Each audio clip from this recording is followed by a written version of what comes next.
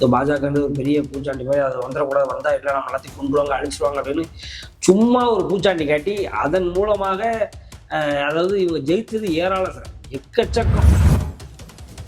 அமித்ஷான்ற பேரை கேட்டாலே திமுக காரர்கள் கலைகிறாங்க. கலைஞரை பார்த்தா அவங்க காலத்துல பயப்படுவாங்க. இன்னைக்கு கலைஞருடைய குடும்பமே, கலைஞருடைய கட்சியே இன்னைக்கு அமித்ஷான்ற பேரை கேட்டா கலைகிறானுங்க, பதறானு, ஓடுறாங்க. சார் ஸ்டாலினுக்கு முன்னாடியே சிஎம் ஆத்தவர் சார் நம்ம எடப்பாடியா. இன்னைக்கு இவ்வளவு அழிச்சாட்டியங்கள், இவ்வளவு பிரச்சனைகள், பெண்களுக்கு எதிரான வன்முறைகள், அதே நேரத்தில் இளைஞர்களுக்கு எதிரான வன்முறைகள், ஃபுல்லா போதை, கஞ்சா, இதற்கு அடிமையாகிட்டு இருந்த இளைஞர் சமூகம், இதெல்லாம் பார்க்கும் பொழுது இதற்கு அவரே தேவலான்ற அந்த ஒரு மனநிலையில எப்பவோ வந்துட்டாங்க. பாஜக கூட எவன் சேர்ந்தாலும் அடிமை, பாஜகவுடைய கிடுக்கு குடியில மாட்டிக்கிட்டார் எடப்பாடியார். அதே பழைய தேர்ச்சி போன இத்து போன ரெக்கார்ட ஓட்டிக்கிட்டாங்க. அப்பனும் போகணும், வேற ஒண்ணுமே கிடையாது. கம்யூனிஸ்ட் சித்தாந்தத்தை தூக்கி பிடிச்சிக்கிட்டு இருக்க ஒரு மாநிலமான கேரளாவிலே இன்னைக்கு பாஜக வந்து உள்ள போயிட்டா. அவன் ஒரு மேயர் பதவி, அதுக்கு குறிப்பா கேரளாவினுடைய என்ன சொல்றது கேபிட்டல் சிட்டி ட்ரிவாண்ட்ரத்துல இன்னைக்கு மேயர் யாரு அப்படின்னா பாஜகவோட மேயர். இவன் இருக்க முறை காசு அடிச்சுட்டு இல்ல எங்கெங்கெல்லாம் காசு கிடைக்குமோ வாடகை விட்டு திரியிற முறை திராவிட சித்தாந்தவாதிகள். இளம் பெரியார், இளம் தலைவர், ஆச்சா புஷாண்டு கடைசியில மொத்தமும் கொண்டு போய் ஒரு குடும்பத்தினுடைய காலில் கொண்டு போய் விழுற அளவுக்கு தான் நீங்க இருக்கீங்க. அதான் உண்மை. எடப்பாடி மைக் எடுத்து சொன்ன இந்த ஒரு வார்த்தை தான் அதிமுகவை எந்த கொம்பை வந்தாலும் அழிக்க முடியாது சொன்னாரா. அதுதான் அன்னைக்கு இருந்த வேகம், உத்வேகம். நேற்று அவ்வளவு 1.5 லட்சம் பேர் கூண்ட மாநாடுல இருந்தாலும் இல்ல. வணக்கம். இன்று நம்முடன் இணைகிறார் அரசியல் விமர்சகர் திரு சத்யன் ராமசாமி. திமுக சார்பாக வந்த இளைஞர் அணி கூட்டத்தில் பேசிய முதல்வர் அவர்கள் தன்னோட கட்சியோட சாதனைகளை, திராவிட மாடலோட சாதனைகளை சொன்னாரோ இல்லையோ, பாஜகவை அதிகமாக தான் விமர்சனம் பண்ணாரு. இந்த விமர்சனத்துக்கு என்ன காரணம், அது என்ன விஷயம் அமைஞ்சது? அதாவது அமித்ஷா அவருடைய சங்கி கூட்டத்தோட மொத்தமா வந்தாலுமே தமிழ்நாட்டை ஒன்றும் பண்ண முடியாது. தமிழ்நாடு மட்டுமே பாஜகவை ஐடியாலஜிக்கலா எதிர்க்கக்கூடிய ஒரு மாநிலமாக இருக்கிறது. குறிப்பாக திராவிட கழகம் மட்டும்தான் ஐடியாலஜிக்கலா எதிர்க்கக்கூடிய ஒரே ஒரு கட்சியாக இருக்கிறது அப்படின்றாரு. கரெக்டா சொன்னா 2019 எலெக்ஷன், 2024 எலெக்ஷன், 2021 எலெக்ஷன், இந்த 3 எலெக்ஷன், 2019, 2021, 2022 3 எலெக்ஷனுமே பாஜக உள்ள வந்துடும் ஏதோ நம்மள ஒரு பூச்சாண்டி மாதிரி காட்டினாங்க சார். பாஜகன்றது ஒரு பெரிய பூச்சாண்டி மாதிரி, அதை வந்துடக்கூடாது, வந்தா இல்லை நம்ம எல்லாத்தையும் கொண்டுருவாங்க அழிச்சிருவாங்க அப்படின்னு சும்மா ஒரு பூச்சாண்டி காட்டி அதன் மூலமாக அதாவது இவங்க ஜெயித்தது ஏராளம் சார், எக்கச்சக்கம். இவங்களுக்கான இன்னைக்கு பாருங்க, இன்னைக்கு அனைத்து அமைச்சர்களும் ஊழல் பட்டியலில் இருக்காங்க. கிட்டத்தட்ட இடியினுடைய வளையத்துல இருக்காங்க ஏறக்குறைய அனைத்து அமைச்சர்களும். அதெல்லாம் பாத்தீங்க அப்படின்னா பாஜக வந்துரும் நம்மளை ஏமாத்தி, இன்னைக்கு திமுக அதை சொல்லி ஏமாத்தி இன்னைக்கு அவங்களே டைரக்டா வந்து நம்மள ஆட்சி கட்டில உட்காந்து ஏமாத்திட்டு இருக்காங்க. உண்மை.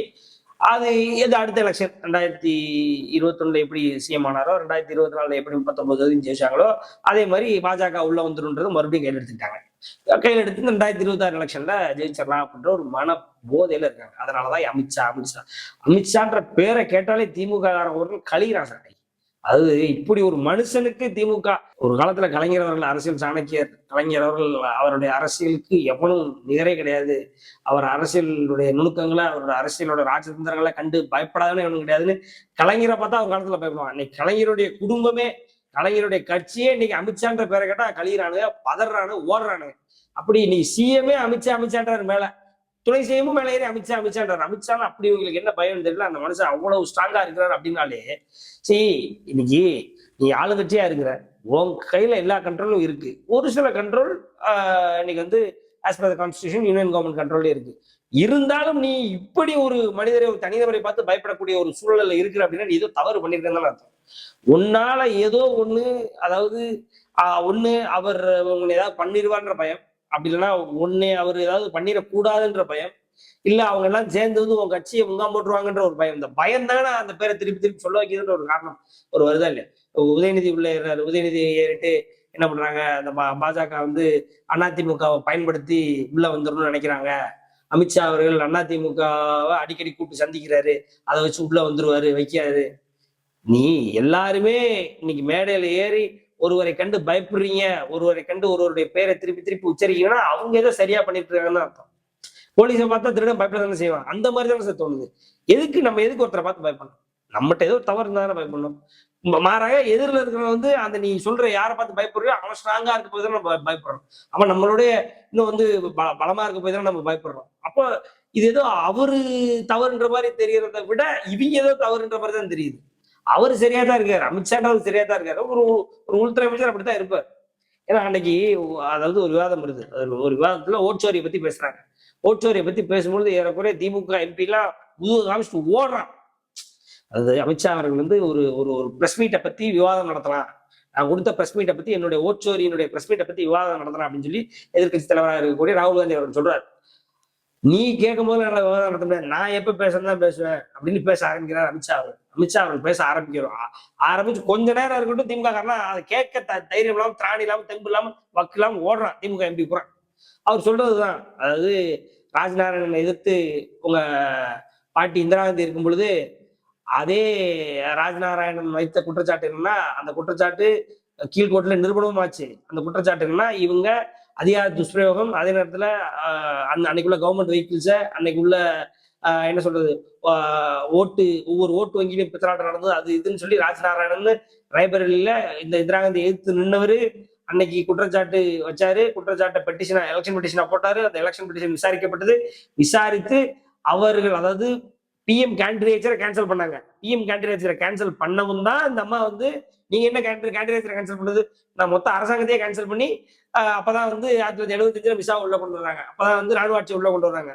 இதற்கு காரணம் அப்படி அந்த காலத்திலே ஓட்சோரி பண்ணது யாருன்னா அவங்க பாட்டி தான். அதே நேரத்துல சோனியா காந்தி அவர்கள் வந்து சிட்டிசன் ஆகிறதுக்கு முன்னாடியே ஓட்டு போட்டாங்க. அதுவும் வந்து சிவில் கோர்ட்ல இருக்கு, அந்த அந்த என்ன சொல்றது, பெட்டிஷன் சிவில் கோர்ட்ல இருக்கு, அதுவும் வந்து இந்த சிவில் கோர்ட்ல வந்து டிஸ்கஷன்ல தான் இருக்கு. இது போல நீங்க தான் ஓட்சோரின்னு ஒண்ணு அடிக்க வைக்கும் போது இவங்க எல்லாம் தெரிஞ்சு வெளியில ஓடி வந்தாங்க. இதெல்லாம் ஏற்ற முடியாது, வைக்க முடியாது. இது எல்லாம் வந்து அதாவது எல்லாம் it is all public fact இருக்கு. நான் சும்மா கதை விடல, கதை விட்டா இன்னைக்கு எல்லாரும் எடுத்து நீங்க சொல்லலாம், கதை விடுற. ஸோ அவருடைய வாதங்களை ரொம்ப தெளிவா, ரொம்ப நுணுக்கமாகவும், ரொம்ப நேர்த்தியாகவும் வைக்கிறார்.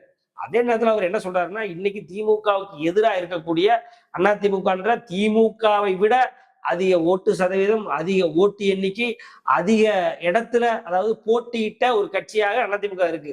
அதிமுகவினுடைய ஓட்டு எண்ணிக்கை, அதிமுக ஓட்டு வங்கி தான் இதுவரை அதிமுக வந்த காலத்துல இருந்து 1900 ஏறக்குறைய 1977 இன்று வரை 54 ஆண்டு காலத்துல அதிமுக ஓட்டு வங்கி தான் ஜாஸ்தியா இருக்கு.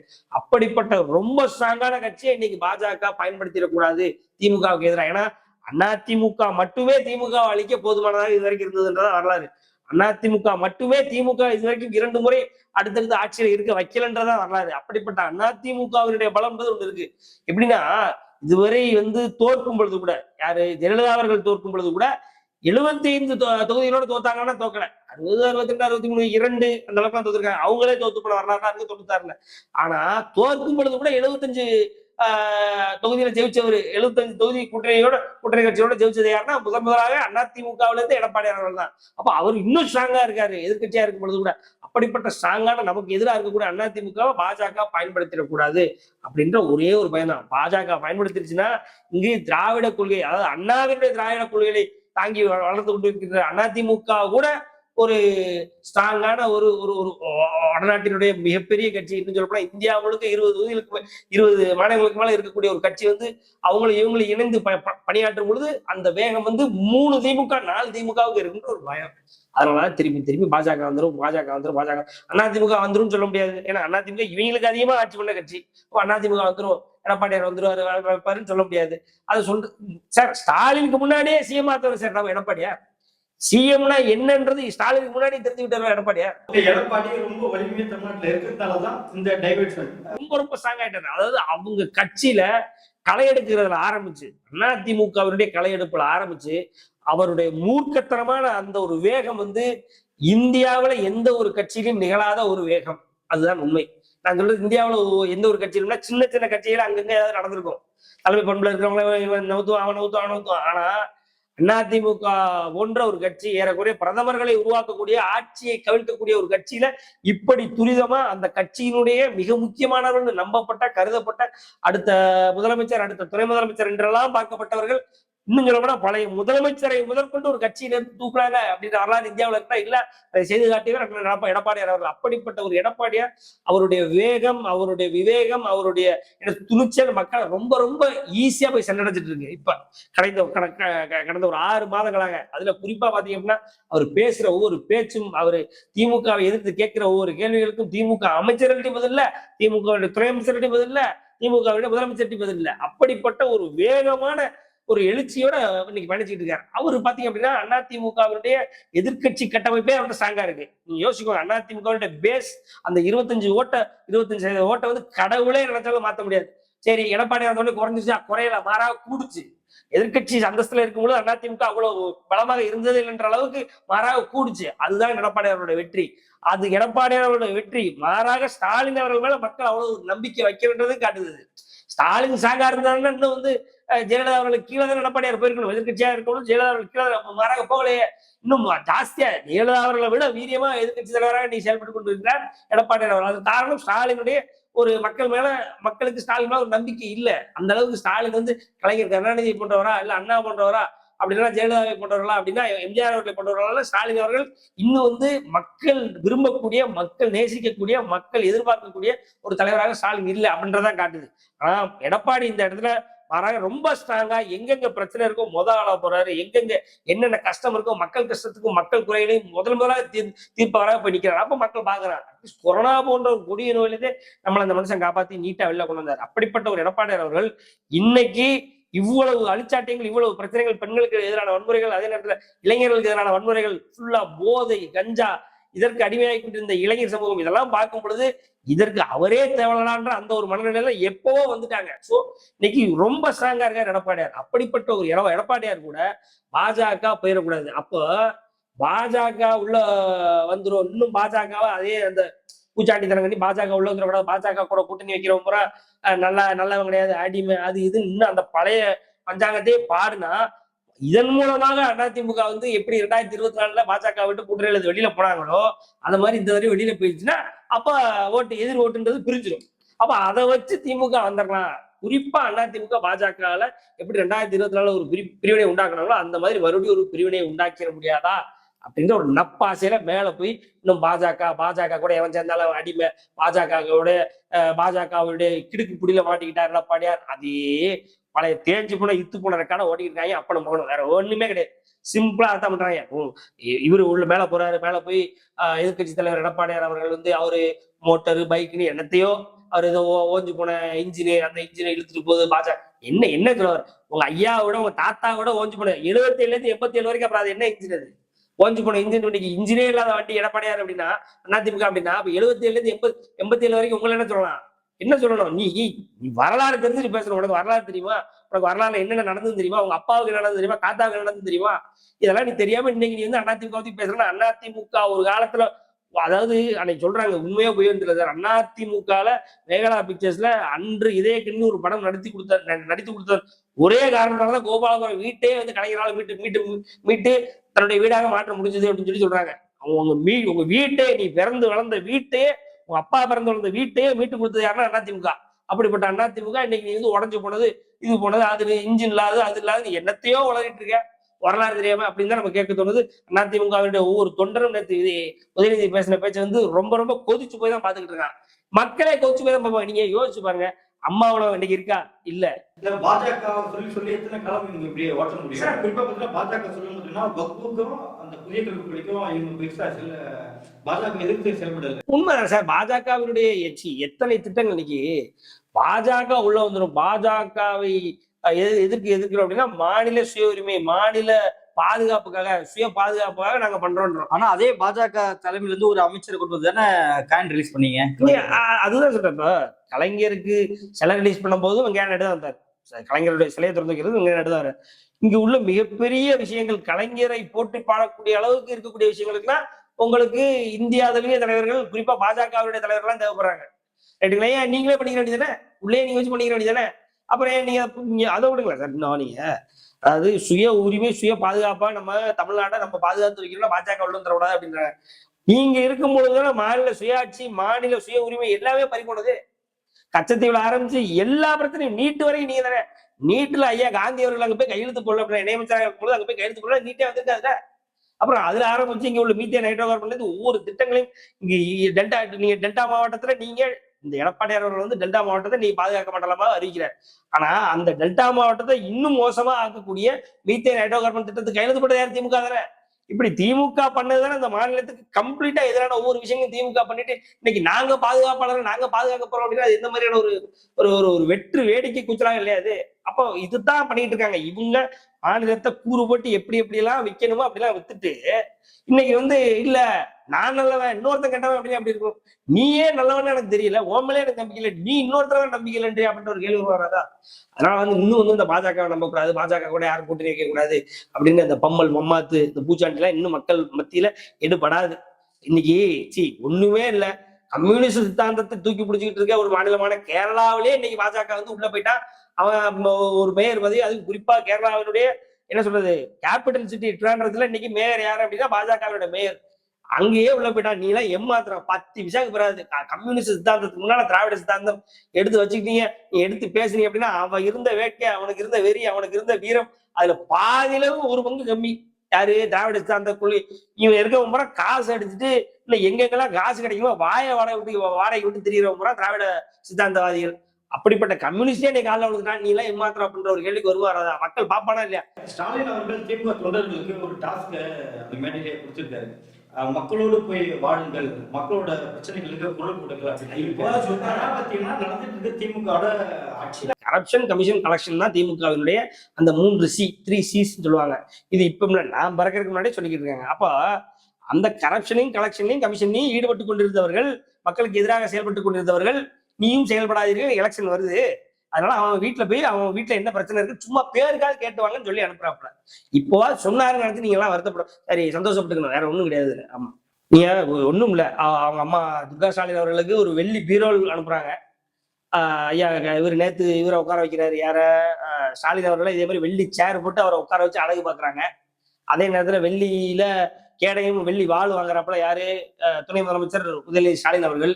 இதெல்லாம் நடக்குது. ஒரு குடும்பத்துக்கு இத்தனை விஷயங்களை பேசிக்கிட்டு நான் பாஜகவுக்கு எதிரி, நான் கொள்கை எதிரி, நான் திராவிட சித்தாந்தத்தினுடைய ஒரு மிகப்பெரிய அதை போற்றுவோன், இளம் பெரியார், இளம் தலைவர், ஆச்சா புஷாண்டு கடைசியில மொத்தமும் கொண்டு போய் ஒரு குடும்பத்தினுடைய காலில் கொண்டு போய் விழுற அளவுக்கு தானே நீங்க இருக்கீங்க. அதான் உண்மை.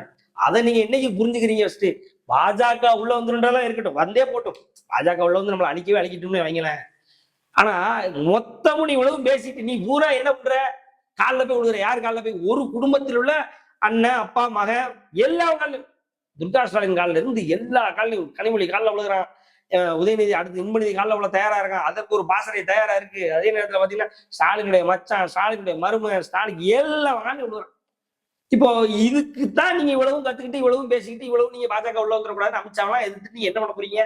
ஒரு குடும்பத்தை சிஎம் ஆக்குறதுக்கு வாழ்நாள் கூட உழைக்க போறீங்க, அவ்வளவுதான். இது ஒரு தேவையா? இது ஒரு பெரிய விஷயமா? ஒருத்தன் அதுல திராணி இருக்கிற ஒருத்தன், எவனாவது ஒருத்தன் அதுல இருந்து இது எனக்கு பிடிக்கல அப்படின்னு வெளில வரான். இந்த நேற்று நடந்த இந்த திமுக கூட்டத்துல சாதனையை பத்தி பேசவே இல்லை. திமுக சாதனையை பேசுறது ஒண்ணுமே இல்லை, உங்களுக்கே தெரிஞ்சிருச்சு சார். அது என்னதான் பேசினா அடி உழுதுன்றது தெரிஞ்சிருச்சு. 1,13,00,000 பெண்கள் வந்து உரிமை தொகையை வாங்கிட்டாங்க.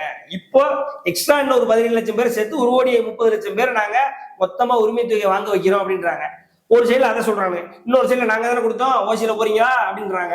இன்னொரு எங்கிட்ட 1000 ரூபாய் வாங்கி எங்க கொண்டு போய் கொடுக்குறீங்கன்னு கேக்குறாங்க. பெண்களை ரொம்ப கேவலமா நடத்துறாங்க, அமைச்சர்களே ரொம்ப கேவலமா பேசுறாங்க, வைக்கிறாங்க. அதாவது எங்கிட்ட வாங்கிதான் இன்னைக்கு உங்க வீட்லயே குடும்பம் அடுப்பெறிகிற அளவுக்கு பேசுறாங்க, ரொம்ப கேவலமா. அப்ப இதை கொடுத்துட்டு அங்க அவங்களை கேவலமா பேசுனா அவங்களுக்கு எப்படி உங்க மேல நம்பிக்கை வரும்? ஆக அவங்க ஒருவேளை தெரியாதனமா பண்ணக்கூடிய ஒரு சில நல்ல செயல்களையே அவங்க அமைச்சர்கள் ஒண்ணுக்கு முன்னா திண்டுக்கு முன்னா பேசி அதையும் கெடுத்துடுறாங்க. அதனால வந்து அவங்க எந்த ஒரு நல்லதும் பண்ணல. ஏறக்குறைய 520 திட்டங்கள், 520 வாக்குறுதிகள் கொடுத்து அதுல 200 வாக்குறுதிகள் மேல எதையும் பண்ணலன்றது வேற. 320 வாக்குறுதிகள் வந்து தொடப்படவில்லை. இந்த 200லயுமே பாதி ஆரம்பிச்சு கடவுளை போட்டிருக்காங்க. அதான் உண்மை. ஒரு பேர் தெரிகிற அளவுக்கு ஒரு 4-5 வாக்குறுதிகளை சும்மா இந்த மாசம் 1000 ரூபாய் கொடுக்கறது, அது இதுன்னு என்னத்தையாவது சும்மா ஓட்டிக்கிட்டு இருக்கிறதா இன்னைக்கு திமுக அரசாங்கத்தினுடைய ஒரே விஷயமா இருக்கின்றதுனால, அவங்களுடைய நடைமுறை அந்த மாதிரி தான் இருக்கின்றதுனால அதை பத்தி பேச ஒண்ணுமே இல்லைன்றதுனால வழக்கம் போல பாஜக உள்ள வந்து மக்களை ஏமாத்திட்டு அங்க இருக்கிற அவங்க புறம் அவங்களுக்கு ஏதோ இந்த பையில ஏதாவது போட்டு திருமணம் மிச்சரத்தை விட்டு இவனுக்கு பாட்டுக்கு மேல ஏதாவது பேசிட்டு ஆளுக்கு மாறி வெள்ளி சேர்ல உட்காரது, வெள்ளி இதை எல்லாம் வெள்ளியில மேல கொடுத்து அவங்க காசை பூரா அவங்ககிட்ட தானே சந்தா வாங்குவாங்க. மாசம் வருஷம் சந்தா வாங்குவாங்க. அந்த காசுல இவங்க மேல அப்பனுக்கு மகனுக்கு அப்பனு வெள்ளியில் டம்ளர் கொடுக்குறது, இதை கொடுக்குறது, அதை பூஜா கொடுக்குறது மாத்திக்கிட்டு அவங்களுக்கு மிச்சர் கொடுத்து மிச்சர் திருட்டு போங்கடான்னு அனுப்பிட்டு வந்து இவங்களும் சரி போனதுக்கு நம்ம வாழைக்குலையை பிச்சுட்டு வரணும், போராட பூரா வாழைக்குலையை பிச்சுட்டு போயிடுவாங்க. அவ்வளவுதான். இவ்வளவுதான். அதை பத்தி எனக்கு தெரிய நேற்று சார் பொதுக்குழு கூடுச்சு இல்லையா, அந்த பொதுக்குழு கூடும் பொழுது அதிமுகவினுடைய ஒவ்வொரு அமைச்சர்கள் வெறி கொண்டு பேசுறத ஒவ்வொரு தமிழனும் பார்த்தான். ஒரு சி வி சண்முகமா இருக்கட்டும், அக்கா வளர்மதியா இருக்கட்டும், யாரை வேணாலும் எடுத்துக்கோங்க, பிளாஸ்ட் பண்ணானு ரைட்டுங்களா, ஜெயக்குமார் அவர்களா இருக்கட்டும், எல்லாருமே கிட்டத்தட்ட கடைசியில எடப்பாடி அவர்கள் மைக் எடுக்கிறார். எடப்பாடி அவர்கள் மைக் எடுத்து சொன்ன இந்த ஒரு வார்த்தை தான், அதிமுகவை எந்த கொம்பை வந்தாலும் அழிக்க முடியாது சொன்னாரா. அதுதான் அன்னைக்கு இருந்த வேகம் உத்வேகம். நேற்று அவ்வளவு 1.5 லட்சம் பேர் கூடின மாநாட்டில் இருந்தாலும் இல்லை. ஒரு மண்டபத்துக்குள்ள அதிமுகவினுடைய மூத்த தலைவர்கள், மூத்த அமைச்சர்கள் எல்லாரும் செஞ்ச ஒரு செய்கை, இறங்கி அடிச்ச அடி நேற்று 1.5 லட்சம் பேருக்கு முன்னாடி இருந்ததா, அப்பாவும் மகனும் அந்த சேர்ந்து அந்த ஒரு உணர்ச்சியை தூண்ட முடியுதானா? தூண்ட முடியல. அதே மாநாட்டிலே முதல்வர் ஸ்டாலின் அவர்கள் சொல்லியிருக்காரு, இப்பயே இறங்கி அடிக்கிறாரு, உதயநிதி பேரை கேட்டாலே இப்ப கொள்கை எதிர்க்கலாம் அப்படின்ற மாதிரி கருணாநிதினாங்க. அதே மாதிரி அவரை அடி ஒட்டி வரக்கூடிய இல்ல யாருக்கு இவங்க உங்க பார்வையில யாருக்கு இவங்க மோஸ்ட் டேஞ்சரஸ்? யாருக்குமே இல்லை சார், திமுகவுக்கு தான் மோஸ்ட். ஒவ்வொரு தடவை திமுக ஆட்சி, அதாவது திமுகவுடைய ஆட்சி கழகத்துக்கு தான் மோஸ்ட் டேஞ்சரஸா இருந்திருக்கே ஒழிய நீட்டா ஒண்ணு அப்புறப்படுத்திடுவாங்க. 5 வருஷம் தெரியாதனம் உள்ள கொண்டு வந்துருவோம் தமிழ்நாட்டு மக்கள். 5 வருஷம் கழிச்சு போங்க, நீங்க இருந்தது போது உங்களுடைய என்ன சொல்றது, இதுக்கு நன்றி, உங்களுடைய செயல்பாட்டு அனைத்துக்கும் நன்றி அப்படின்னு சொல்லி மக்கள் அனுப்பிடுவாங்க. அதனால திமுகவினுடைய ஒவ்வொரு செயலும் ஒவ்வொரு ஆட்சியும் அவர்களுடைய கழகத்துக்கும் திமுகவுடைய கட்சிக்கும் தான் இது வரைக்கும் வந்து ஆபத்தாக இருந்திருக்கு. எவனுக்கும் இவங்க ஆபத்தா இருந்ததே இல்லை. ஒரு காலமும் திமுகவினால் திமுகவினுடைய செய்கையினால் திமுகவின் மேல மக்களுக்கு வந்து ஒரு ஈர்ப்பு உண்டாகி திமுகவினுடைய நலத்திட்டங்கள் மேல இந்த மாதிரி ஒரு கட்சி வரணும், வந்தா நல்லா இருக்குன்றதுனால அதிமுக புறக்கணிச்சாங்களா? புறக்கணிக்கிறேன். அதிமுக ஒரு சில தவறுகள் தெரியாம செய்யும் பொழுது அதிமுகவுடைய ஆட்சி நீளமா இருக்கும். அதனால வந்து ஒரு போர் அடிக்கும், மக்களுக்கே வந்து ஒரு அன்பாப்புலரா மாறும் சிட்டிங் கவர்மெண்ட். ஏன்னா அப்படியே ஒரு சின்ன பிரச்சனைன்றது அது கூடி 10 வருடங்களாக இருக்கும் பொழுது ஆட்டோமேட்டிக்கா மாத்தி விடுவோம் அப்படின்னு தான் மாத்தி விடுவாங்க. அப்படித்தான் திமுக வந்திருக்கு. மாறாக திமுகவின் மேல என்னைக்குமே ஒரு சாஃப்ட் கார்னர் வந்து அப்படி திமுகவுடைய செயல் திட்டங்கள் மேல ஒரு பெரிய ஈர்ப்பு வந்தாலும் என்னைக்குமே மக்கள் திமுக வர வச்சது இல்லை. திமுகவுடைய செயல்பாடுகள் திமுகவை அழித்ததுதான் வரலாறு. அதே மாதிரி இப்ப திமுகவுடைய இந்த கடந்த 5 ஆண்டுகளுடைய செயலும் வந்து திமுகவை பாதாளத்துக்கு கொண்டு போகும். இன்னும் சொல்ல போனா அடுத்த ஆட்சி எடப்பாடி அவருடைய ஆட்சியில பாஜக எனக்கு தெரிய கூட்டணியில் ஆட்சி அமைக்கக்கூடிய ஒரு வாய்ப்பு பாஜகவுக்கு எடப்பாடியார் அவர்கள் நினைத்தால் கொடுக்கவும் வாய்ப்பு இருக்கு. அப்படி கொடுத்துட்டாரு அப்படின்னா பாஜக திமுகவோட மிகப்பெரிய கட்சியாக மாறிவிடும் தமிழ்நாட்டில். அதுக்கு திமுககாரனே வழிபோட்டு கொடுப்பாம பாரு. நீங்க அதான் நடந்துட்டு இருக்கு, அதான் நடக்க போகுது. எந்த மாற்று கருத்தும் இல்லை. நடப்பு அரசியல் வந்து பல்வேறு கட்சிகளை